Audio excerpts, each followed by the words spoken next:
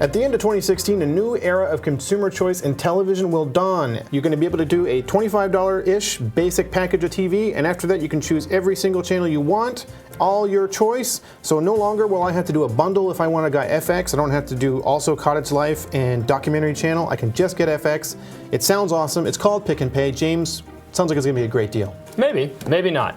Firstly, we don't know how many people are going to take advantage of this. Some people seem to like their bundles. They think it's good value. They get a lot of channels.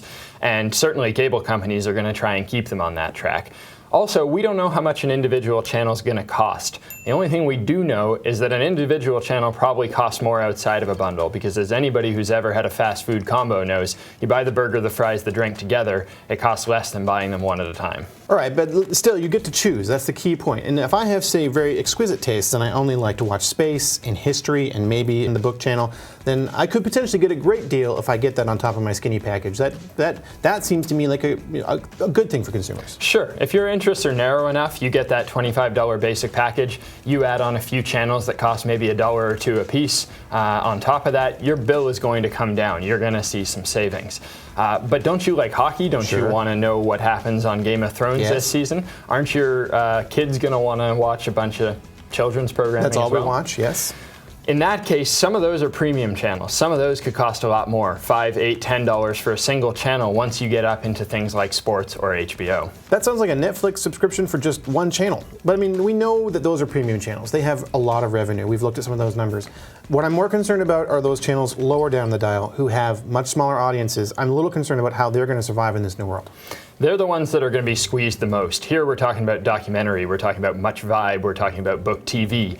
These are channels that get, in some cases, up to 99% of their revenue from subscriber fees. And a lot of that maybe they're getting because they're in a bundle with more popular channels. If people start to opt out, they're going to feel the pain very quickly, and you're going to see some channels at the lower end of the dial will start to disappear. So then what's the way forward for those other channels? The way forward is going to be a few things. One, they're going to need original content, which is going to stand out and attract viewers to their brand. They're going to need to really market that and market it aggressively, and that's going to cost money.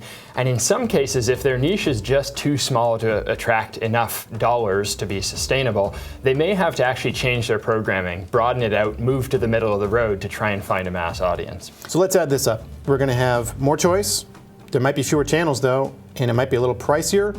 But the hope is that it'll be of higher quality? That's the idea, but as we've been told, it'll be mostly up to the consumer to decide where this lands.